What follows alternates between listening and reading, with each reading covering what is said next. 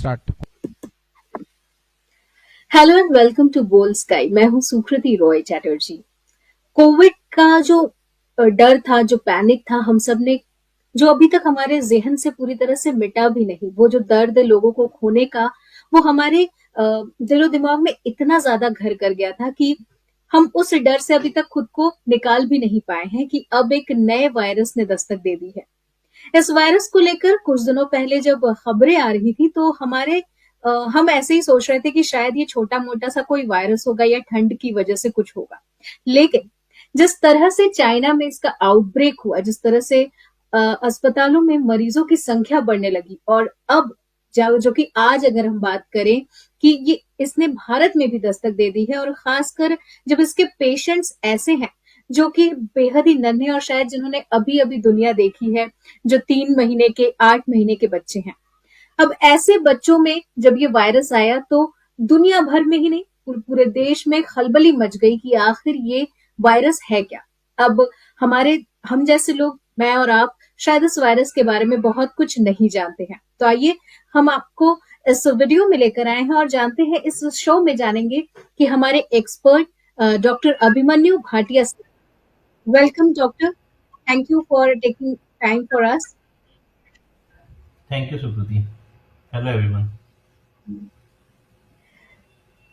दर्शकों को ये भी बता दूं कि आप इस शो में नीचे कमेंट सेक्शन पर अपने सवाल भी पूछ सकते हैं। सो वायरस को लेकर अगर आपके मन में कोई सवाल है, आप कुछ जानना चाहते हैं या आप भी न्यूली पेरेंट्स हैं जो अपने बच्चों को लेकर इस वायरस के लिए खासकर कंसर्न्ड है, तो नीचे जरूर अपने क्वेश्चन छोड़िए। हम अपने एक्सपर्ट से इसके सवाल पूछकर आपको सही जवाब देने की पूरी कोशिश करेंगे। डॉक्टर साहब, सीधे इसी मुद्दे पे आते हैं कि एचएमपीवी वायरस जो अचानक से लोगों की नींदें उड़ा रहा है, कि आखिर ये वायरस है क्या? सुकृति, एक्चुअली में एचएमपीवी वायरस जो है ये एक नया वायरस नहीं है। ये एक बहुत ओके। पुराना वायरस है। It was discovered in 2001। तो hmm. This is a type of common cold virus जिसका आउटब्रेक चाइना में देखा गया and cases are seen in India. Point is कि ये जनरली बच्चों में देखा जाता है और कभी ना कभी किसी ना किसी को ये हुआ ही होता है। पर जो इसका आउटब्रेक है वो विंटर सीजन के अंदर ज्यादा होता है एंड बिकॉज आजकल क्या है कि everything is detected because of advancement in technology. तो हमें बहुत जल्दी पता चल जाता है कि कौन सा वायरस है। So it is a type of common cold virus जिसमें इतना पैनिक करने की कोई जरूरत नहीं है। But yes, we have to be precautious about it. बिल्कुल, क्योंकि केस जो, अगर मैं डॉक्टर साहब बात करूं, तो जो केसेस आए हैं वो सबसे पहले जो हमारे पेशेंट्स हैं वो 3 और 8 महीने के बच्चे हैं। सो बिल्कुल जो बिल्कुल भी बिल्कुल। न्यूली पेरेंट्स होंगे, कई बच्चों का जन्म हुआ होगा, खुशी आई होंगी लोगों के घर में। लेकिन अब कोल्ड कफ और किस तरह से, पहले तो सिम्टम्स आप बता दीजिए कि इनके सिम्टम्स क्या हैं और बच्चों एक्चुअली में कैसे हाँ, आइडेंटिफाई करें? जी। एक्चुअली में क्या है, ये वायरस जो है इट अफेक्ट्स 5 साल के बच्चों तक को। क्योंकि उसके बाद क्या होता है कि इम्यूनिटी हमारी वैसे डेवलप हो जाती है and we remain safe. And जैसा मैंने कहा कि ये कॉमन कोल्ड वायरस है, तो जो सिम्टम्स मिलते हैं वो है रनी नोज, नाक बहना, खांसी, जुकाम। और जो बहुत सीवियर केसेस होते हैं उसके अंदर निमोनिया डेवलप हो सकता है। बट उसके होने के चांसेस बहुत कम होते हैं। जनरली कॉमन कोल्ड वाले सिम्टम्स ही मिलते हैं। एंड जो पेशेंट्स होते हैं, जो बच्चे होते हैं जिनके अंदर एस्थमा वगैरह की, जो चाइल्डहुड एस्थमा होता है, वो थोड़े ज़्यादा प्रोन होते हैं इस केसेस में। बाकी इसके अंदर जो आपको सिम्टम्स मिलेंगे, साइंस मिलेंगे, वो सिर्फ कॉमन कोल्ड वाले ही मिलेंगे। और उसी के कारण ही हमें पता चलता है कि yes, the patient has been infected with the virus. अगर न्यूली पेरेंट्स हैं और किसी के बेबीज का अगर हम एज ग्रुप मत मान लें कि 0 to 6 है, तो ऐसे बच्चों को किस तरह से प्रोटेक्ट करना है खासकर इस वायरस से? क्योंकि जिन बच्चों पे केसेस हैं उनकी कोई ट्रैवल हिस्ट्री नहीं है, ऑब्वियसली इतने छोटे बच्चों को लेके कोई ट्रैवल भी नहीं करता। तो ऐसे में पेरेंट्स को क्या क्या प्रिवेंशन लेने चाहिए, क्या प्रिकॉशनरी स्टेप्स होने चाहिए उनके? इसके अंदर जो प्रिवेंशन और प्रिकॉशनरी स्टेप्स लेने चाहिए, that is first of all social. इसके अंदर ज्यादा मायने नहीं रखती। बिकॉज वायरस ऐसी चीज है वो किसी भी चीज से फैल सकता है, it is airborne, it can transmit through contact also. तो आपको सबसे पहले हमें जो सोशल डिस्टेंसिंग जो हम सबने देखी थी कोविड में, वो इसके अंदर फॉलो करना बहुत जरूरी है। अगर आपको लगता है आप या आपके साथ में कोई पर्सन है जो इसको कॉमन कोल्ड वाले सिम्टम्स हैं, तो आप अपने आप को बचाएं, और अगर आपको लगता है आपको है तो आप अपने बच्चे के पास थोड़ा सा डिस्टेंस बना के रखें। सेकेंडली, जो इसके अंदर बहुत यूजफुल चीज है वो है hand washing and use of sanitisers, जिसके कारण ये वायरस जो होगा वो बहुत जल्दी मर जाता है एंड उसका ट्रांसमिशन जो होता है वो रुक जाता है। Third is wearing of mask around the kids, specially newborn kids जिनके अंदर इम्यूनिटी बहुत कम होती है। उनके आसपास आप कम लोगों को लेके जाएं या उनको कम बाहर लेके जाएं, साथ में आप मास्क पहन के रखें। तो ये सब चीजें अगर हम करेंगे तो जो ट्रांसमिशन है it will come down greatly. क्या ये बड़ों को भी उतना ही इफेक्ट करेगा जितना ये बच्चों को कर रहा है? अभी तक जो रिपोर्ट्स आई हैं उसके अंदर बड़ों को इतना ज़्यादा सिवेरिटी ऑफ सिम्टम्स नहीं देखे गए हैं, beat China beat Malaysia. Reason क्या है कि जो बड़े होते हैं उनके अंदर इसके अगेंस्ट ऑलरेडी एक इम्यूनिटी बन जाती है 5 साल के होते होते तक। बट स्पेशली एडल्ट्स जो इम्यूनो कॉम्प्रोमाइज्ड हैं, इम्यूनो कॉम्प्रोमाइज पेशेंट्स लाइक जिनको फॉर एग्जांपल कैंसर पेशेंट्स हैं, और जिनको टीबी वगैरह की दवाई चल रही है, जिनका ऑर्गन ट्रांसप्लांट हुआ है, या जिनको और कोई बीमारी है जिसकी वजह से उनकी इम्यूनिटी कम रहती है, जैसे अगर पेशेंट कोई लॉन्ग टर्म स्टेरॉइड्स पे हैं, उन पेशेंट्स के अंदर इसकी सिवेरिटी होने के चांसेस ज़्यादा होते हैं। और फिर उसमें सिवेरिटी जैसे कोविड में देखी गई थी, वो पेशेंट्स के अंदर ये वैसा ही इफेक्ट डालता है। तो ये सवाल है कि अगर बच्चा जन्म से लेकर 6 महीने तक का है या फिर 5 साल से छोटे जो बच्चे हैं, खासकर उनमें कोल्ड कफ के सिम्टम्स होते हैं, कई बार पहली सर्दी की खांसी शुरू हो जाती है, बुखार होना, ये सब बहुत नॉर्मल है। तो डिफरेंशिएट कैसे कर पाएंगे कि ये एचएमपीवी वायरस नहीं है और सिर्फ एक नॉर्मल फ्लू और परेशानियां हैं जो विंटर्स में होती है? जैसा कि मैंने कहा, HMPV is a type of common cold virus only, जिसको अब हम एक नाम से जानते हैं because of all the media hype around it. Point is, इसको अगर हम चाहें हम डिफरेंशिएट कर लेंगे फ्रॉम अ कॉमन कोल्ड, वो नहीं होता, because it is a type of common cold only. हाँ, हमें इन चीजों का ख्याल रखना है कि अगर हमारे पेशेंट में ये common cold despite all measures 2 या 3 दिन में ठीक नहीं हो रहा है, या उससे ज्यादा चल रहा है, या सिम्टम्स बढ़ रहे हैं, खांसी आपको लग रहा है ज्यादा बढ़ गई है, सांस में दिक्कत ज्यादा हो रही है, तो उस टाइम पे आपको अपने बच्चे को, अपने पेशेंट को, you have to consult a doctor who can then do RTPCR test and other ELISA test, and then they can detect the HMPV virus. ये बीमारी कितनी तेजी से फैलती है? मतलब म्यूटेशन जैसे कोविड का हमने देखा था कि बहुत ही आसानी से, इवन सेकेंड वेव तो बहुत जल्दी म्यूटेट कर रहा था। तो क्या एचएमपीवी वायरस भी कम्युनिकेबल है और म्यूटेट करता है बहुत ज्यादा? एचएमपीवी वायरस के अंदर it is a communicable disease like every virus infection, every viral infection ये कम्युनिकेबल डिजीज ही है। एंड जहां तक म्यूटेशन की बात है, म्यूटेशन अभी तक इसमें स्टडी की जा रही है, but every virus it mutates at some point of time, वो कभी ना कभी म्यूटेट करते ही हैं, ये उनका एक तरीके का सर्वाइवल मैकेनिज्म है। तो उसके अंदर हमें अभी से डरने की कोई जरूरत नहीं है, अभी से हमें को उसमें पैनिक करने की कोई जरूरत नहीं है। We just have to be cautious, हम थोड़ा उसका ट्रांसमिशन रोकें, जैसे हम कोविड में प्रिकॉशंस लेते थे हम वैसे प्रिकॉशंस लें, तो we all will be safe. Doctor साहब, एक और जो सवाल है कि जैसे आप बार बार कह रहे हैं कि इतना ज्यादा परेशान होने की जरूरत नहीं है, पैनिक करने की जरूरत नहीं है, तो और एक आपने एक पॉइंट और भी कहा था कि एचएमपीवी वायरस अभी नहीं आया है, ये बहुत पहले से हम सबके बीच में ही है। सो क्या ऐसा कोई वैक्सीनेशन भी है जो हम बच्चों को दे सकें जिससे वो प्रोटेक्ट हो सके एचएमपीवी वायरस से?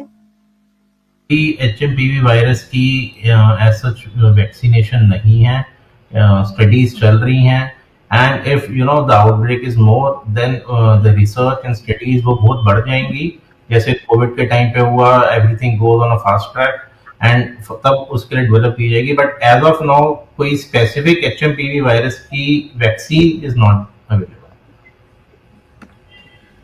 सो प्रिवेंटिव मेजर्स की बात हम कर रहे हैं कि एचएमपीवी वायरस से अपने आप बचा के रखना है। जो भी व्यूअर्स इस वक्त हमें देख रहे हैं वो नीचे कमेंट सेक्शन पर अपने सवाल हमें लिखकर भेज सकते हैं। हमारे एक्सपर्ट जो इस वक्त हमारे साथ हैं उनके जवाब देने के लिए पूरी तरह से तैयार हैं और वो आपके हर जो भी कंफ्यूजन है उनको क्लियर कर देंगे जिससे आपको ही मदद मिलेगी। डॉक्टर साहब ये एक सवाल है कि क्या जो लिविंग बीइंग्स हैं खास करके ये एक बार कोविड झेला, अब एचएमपीवी वायरस, क्या लगातार इस तरह के वायरस के संपर्क में हम आते ही रहेंगे? If you talk about Covid जो एक बहुत बड़ा फैक्टर है, जो कहते हैं कि it was a synthetic virus and it was transmissible from, कहते हैं बैट से आया था, तो it was a rare occurrence. But HMPV is a type of common cold जो सदियों से आपको हमको सबको होता ही आया है। यस, उसका आउटब्रेक अब देखने को मिलता है, बट उसके अंदर हम कहें कि आगे जाके रुक जाएगा तो वो कहना बहुत मुश्किल है। Viruses are very smart organism, वो हमेशा अपने आप को डेवलप करते रहते हैं, एंड जब भी उन पे कुछ बात है दे म्यूटेट एंड डेवलप। तो अगर हम सोचें कि आगे जाके वायरल डिजीजेस बंद हो जाएंगी तो वो होगा नहीं। So we just have to be cautious, we just have to be smart around it. तो हम अगर अपने आप को बचा के रखेंगे तो we definitely can win over it. ऐसे कई केसेस भी आते हैं जब 5 साल से छोटे बच्चे हों उनको हॉस्पिटल में एडमिट करने की जरूरत पड़ती है ड्यू टू कोल्ड कफ या जो रेगुलर सिम्टम्स देखने को मिलते हैं। तो कहते हैं जब आप हॉस्पिटल में बच्चों को, ये ऐसा इंडियन सोसाइटी में एक थॉट है कि जब आप हॉस्पिटल में अपने बच्चे या फिर किसी को भी फैमिली को एडमिट करते हैं तो उनको एक्सपोजर मिल जाता है टू वेरियस वायरसेस, क्योंकि वहाँ कई सारे ट्रीटमेंट्स होते रहते हैं। तो अगर ऐसे कोई कंडीशंस हैं कि हमें हॉस्पिटल में एडमिट करना पड़ रहा है अपने बच्चे को या फैमिली के किसी भी सदस्य को, तो क्या प्रिवेंटिव मेजर्स हमें लेने चाहिए एज अ फैमिली और किस तरह से उन्हें प्रोटेक्ट करना चाहिए? क्वेश्चन आपका बहुत अच्छा है। एक्चुअली में क्या है, the hospitals and specially the critical care वाले जितने hospital they are very much developed around the world, around India also. तो बैरियर प्रोटेक्शन अब तकरीबन हर जगह यूज होती है, but yes the patient is expose to different types of viruses. उसके अंदर अगर आप जा रहे हैं या आपके फैमिली मेंबर्स जा रहे हैं तो हम ज़्यादा से ज़्यादा ये कर सकते हैं कि हम मास्क एंड ग्लव्स डाल के रहें। दूसरा, मिलने वाले जो होते हैं रिलेटिव्स वो कम से कम मिलें, क्योंकि वो भी कहीं ना कहीं से तो आ ही रहे होते हैं। दूसरा और तीसरी बात ये है कि हमें वहाँ पे आसपास जितने रिलेटिव्स हैं जिनके जो बाकी लोगों से आए हैं, जो अपने बाकी पेशेंट्स के साथ आए हैं, उनके साथ अगर हम अपनी इंटरेक्शन कम करें, उनके साथ कुछ फिजिकल कांटेक्ट या बाकी कांटेक्ट्स कम रखें, तो भी एक जो ट्रांसमिशन चेन होती है वो ब्रेक हो जाती है। तो अगर हम ये सब चीज़ों को फॉलो करें तो यस, डेफिनेटली एक्सपोजर एक लेवल तक कम रहता है। सर एक सवाल आपके लिए आ रहा है कमेंट सेक्शन में, वहां पे पूछ रहे हैं कि क्या इनके सिम्टम्स भी कोरोना सिम्टम्स से ही सेम है? इसके symptoms are on a milder variety. Corona के अंदर क्या होता था कि कोरोना में निमोनिया बहुत जल्दी डेवलप हो जाता था। It starts with a cold and वो बहुत जल्दी आपके लंग्स में अफेक्ट करता था। But HMPV is predominantly upper respiratory tract type of virus, जो बाद अगर आप में कुछ इम्यूनिटी कम है तो आपके लंग्स में ज्यादा अफेक्ट होता है, बट ये बहुत जल्दी आपके लंग्स में नहीं जाता। The severity remains less than corona. So कई बार हमने, जैसे पिछले बार कोरोना की, मैं बार बार मेरा कोरोना पे ही सवाल चला जा रहा है। जैसे पिछले बार भी कोरोना का जो पेशेंट्स हमारे यहाँ मिलने शुरू हुए थे दिसंबर एंड से, फिर जनवरी, और धीरे धीरे वो केसेस बढ़ते ही चले गए। वैसे ही एचएमपीवी वायरस भी इसी दौरान हमारे बीच आया है। तो क्या वायरसेस विंटर्स में ज्यादा सक्रिय हो जाते हैं या उनका इफेक्ट ज्यादा होता है? अगर है तो ऐसा क्यों? ऐसा ही है कि वायरसेस जो हैं they thrive in a colder environment. Bacteria thrives बिल्कुल। In warm environment. आप देखेंगे अगर गर्मी के टाइम पे बैक्टीरियल डिजीज बढ़ जाती हैं, सर्दी के टाइम पे वायरल डिजीज बढ़ जाती हैं, बिकॉज जो वायरस को मल्टीप्लाई होने के लिए, डिवाइड होने के लिए एक जो टेम्परेचर 20 से 25 वाला 15 डिग्री तक जो टेम्परेचर होता है वो चाहिए होता है फॉर देयर डिवीजन। इसलिए जो वायरल डिजीज होती हैं, कोल्ड कफ, हमारे यूआरटीआई इन्फेक्शन जितनी होती हैं, they all increases during the cold weather. तो उसका प्रीडोमिनेंट कारण यही है कि वायरस जल्दी डिवाइड होता है तो जल्दी फैलता है, इसकी वजह से बीमारी फैलती है। तो ऐसे कोई फूड आइटम्स जो हमें अपने खाने में ऐड करना चाहिए ड्यूरिंग डाइट, हमें बच्चों के खाने में इन विंटर्स ऐसी कोई डाइट प्लान है, या कोई फूड आइटम्स जो आप कहें कि इन सबको आपके खाने में जरूर होना चाहिए कि इन वायरसेस से हम बच कर रहे हैं? देखिए, जहाँ तक फूड आइटम्स की बात आती हैं, 0 से 6 मंथ्स में we always promote breastfeeding. बच्चे को माँ का ही दूध पीना बहुत कंपलसरी होता है। जो आजकल एक ट्रेंड कम हो गया है सोसाइटी में, everyone starts giving outside feed, but breast feeding के अंदर ये होता है कि जो ब्रेस्ट मिल्क होता है मदर का, it is loaded with immune boosters. तो उसकी वजह से बच्चे में एक नेचुरल इम्यूनिटी आती है। दूसरा, जब ब्रेस्ट फीडिंग रुकती है तो हमें जो भी खाना देना है, सॉफ्ट डाइट एंड ऑल, हमें कोशिश यही करनी है कि everything should be made in home, घर का ही खाना दें, and everything should be cooked very perfectly. जो खाना बना रहा है, they should also use all type of precautions. पर कुछ अगर मैं स्पेसिफिक खाने आइटम की बात करूं तो ऐसा नहीं है। Indian diet is very nutritious rich diet, इसमें minerals, vitamin, everything is there, fruit rich diet होती है बेसिकली। बट हमें ये जरूर ख्याल रखना है कि बाहर का कम खाना है, एंड जो भी खाना दे रहा है, जिससे भी हम खाना ले रहे हैं, they should be disease free. उनके अंदर कुछ दिक्कत नहीं होनी चाहिए, तो इसके अंदर फिर हम सेफ रहते हैं। जहां आपने अभी बात की कि 0 to 6 मंथ्स के बच्चों को या 1 to 2 years at least mothers feed करती ही हैं बच्चों को, और ऐसा डॉक्टर्स की तरफ से भी रिकमेंडेड है। लेकिन इन केस अगर ये केसेस और बढ़ने वाले हैं, HMPV वायरस जिसको हम स्पेसिफिकली कह रहे हैं, तो उस सिनेरियो में क्या, अगर बच्चे को HMPV वायरस होता है तो उस दौरान उन्हें ब्रेस्ट फीड करा पाना मदर्स के लिए कितना सेफ है, या फिर अगर मदर को होता है तो बच्चों को ब्रेस्ट फीड करा सकते हैं या नहीं? इज इन्फेक्टेड, जब तक वो वी डोंट नो कि उनको HMPV है या कॉमन कोल्ड है, उस टाइम पर तक तो उनको थोड़ा प्रिवेंट करना चाहिए। बट अगर बच्चे को है, तो अगर मदर प्रिकॉशन ले रही है तो they she should continue with the feed. उसके अंदर फीडिंग रुकनी नहीं चाहिए, because at that time also बच्चे को फीडिंग की ज्यादा जरूरत होती है। They need all the antibodies they can, तो वहां पे रोकना नहीं चाहिए, एंड मदर को उस टाइम पे प्रिकॉशन लेनी चाहिए। बट यस, अगर मदर को हुआ है, then she should try to stay away from the kid for as long as possible, 2 या 3 दिन, 4 दिन, जितनी देर में उनका कोल्ड ठीक होता है, and then she should resume the feed। दे सकती हैं अगर वो उनसे डिस्टेंस भी बना रही हैं, तो प्रेस करके जो हम एक बॉटल में स्टोर करके भी उन्हें ब्रेस्ट मिल्क दे सकते हैं? बिल्कुल दे सकते हैं, अगर हम उसको उसके बाद हीट करके अच्छे से स्टरलाइज करें तो it is absolutely safe to give. ऐसे क्या प्रिकॉशनरी स्टेप्स मदर्स को लेने चाहिए, खासकर न्यूली बॉर्न बेबीज के लिए?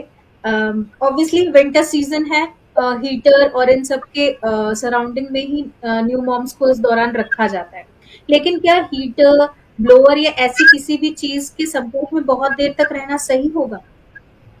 हीटर्स एंड ब्लोअर्स, दे जो हवा निकालते हैं वो एक ड्राई एयर प्रमोट करती है, एंड ड्राई एयर की वजह से म्यूकस बिकम्स ड्राई। तो वो वायरस को ग्रो करने में एक एक पॉजिटिव फैक्टर है।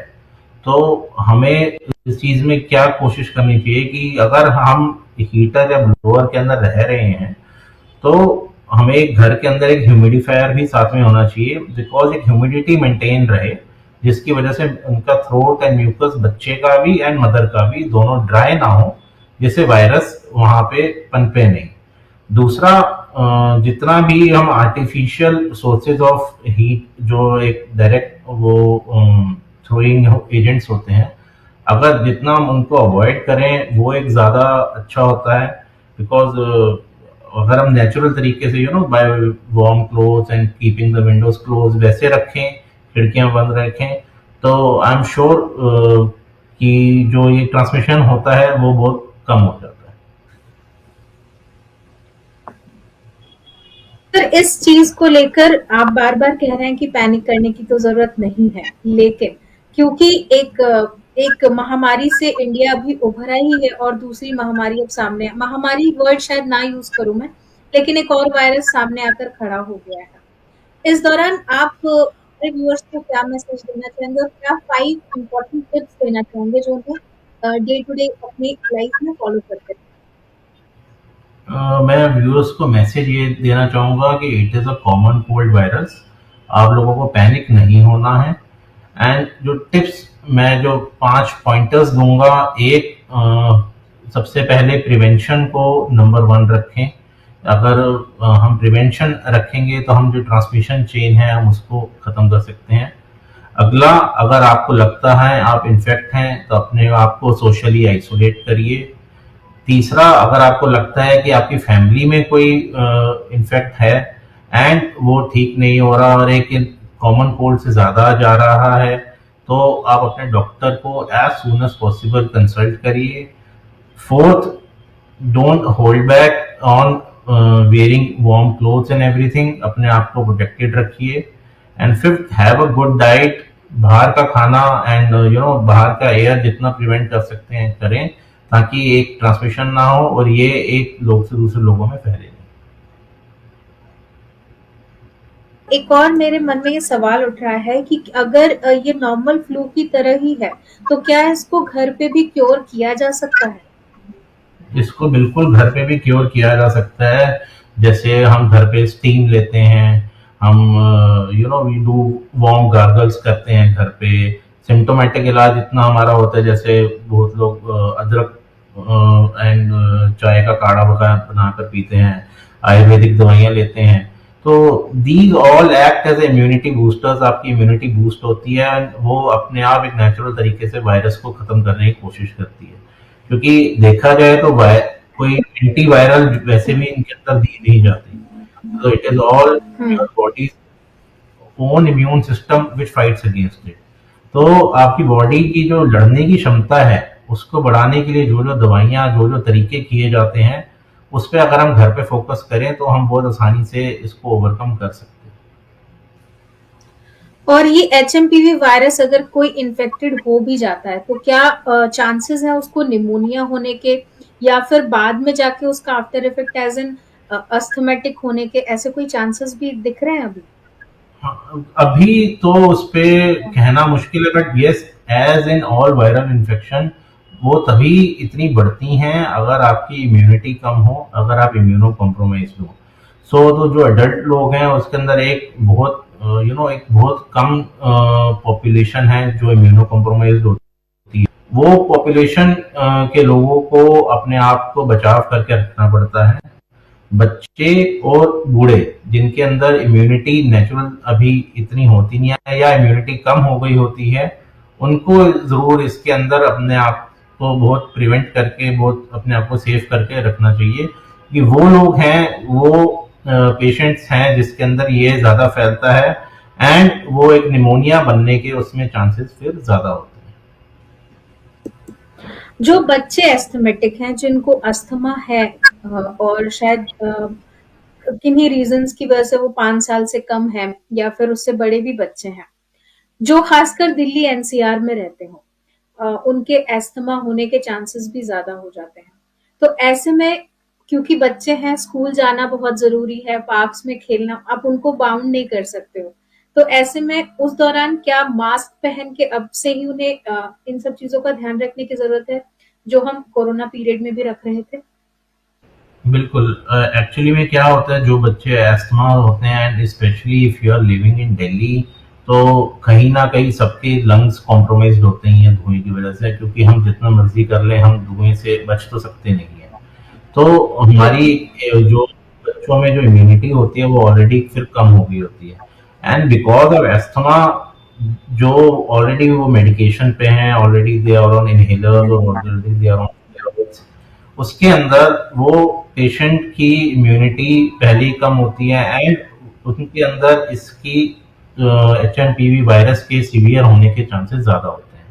उसके अंदर अगर ये लोग अपने आपको मास्क पहन के रखें, हैंड वॉशिंग फ्रीक्वेंटली करें, सैनिटाइजर्स यूज करें, सोशल डिस्टेंसिंग मेंटेन करें, तो definitely they will remain safe.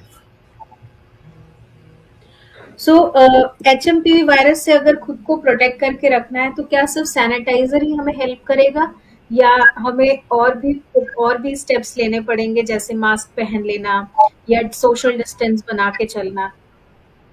सारे सारे स्टेप्स जो हमने कोविड में सीखे हैं, तो उनको अगर हम दोबारा अगर अप्लाई करेंगे तो वो सारे स्टेप्स हमको इससे बचा के रखेंगे। तो आप ये समझ लीजिए कि कोविड हमें जितना परेशान करके गया, पर कुछ ना कुछ सिखा कर भी गया है। तो वही हमें जो चीज सीखी है, हमको बस अब उसको अप्लाई करना है। Be it social distancing, be it mask, be it hand washing, be it use of sanitizers, जो जो चीजें ट्रांसमिशन रोकती हैं वो चीजें आपको सेफ रखती हैं। बिल्कुल। क्या ये आने वाले समय के साथ और बढ़ेगा? क्या ऐसे वायरसेस का खतरा और भी ज्यादा रहेगा हमारी लाइवलीहुड में या हम धीरे धीरे प्रोन होते जाएंगे इन सब चीजों से? एक्चुअली में प्रोन हम कभी भी वायरल डिजीज से नहीं हो सकते, बिकॉज इतने वायरल डिजीज हैं कि हम सोचें कि हम सबको हमारे भी शरीर में इम्यूनिटी डेवलप हो जाएगी, तो ऐसा तो कभी नहीं होगा। बट या वी कैन, हम देख रहे हैं आजकल कि जो वायरल इन्फेक्शंस हैं they are on a rise, और उसके पीछे का एक बहुत बड़ा कारण है कि बिकॉज आजकल हमारा लाइफस्टाइल अब ऐसा हो गया है कि एक फास्ट ट्रैक लो इम्यूनिटी लाइफस्टाइल हम जीते हैं, जो पहले नहीं होता था, जिसकी वजह से अब हमारे अंदर हम एक इन्फेक्शन प्रोन बॉडी हो गई है सबकी। तो yes, these will keep on coming, ये आते रहेंगे, और कुछ ना कुछ हमेशा होता रहेगा। हमें बस अपने आप को और अपने साथ वालों को सेफ रखना है। Thank you so much doctor Abhimanyu, जिस तरह से आपने हमारे लिए टाइम निकाला, हमारे व्यूअर्स के लिए टाइम निकाला और हमारे सभी सवालों के जवाब दिए। सारे कंफ्यूजन सभी हमारे मन में क्लियर हो चुके हैं। मैं भी अपने व्यूअर्स से यही एक्सपेक्ट करूंगी और यही उम्मीद करती हूँ कि आप सब भी पैनिक ना करें। जो भी डॉक्टर साहब ने हमें सजेशंस दिए हैं उनको फॉलो करें और खुद को सेफ रखें, अपने परिवार को सेफ रखें। Thank you so much sir. Thank you sir.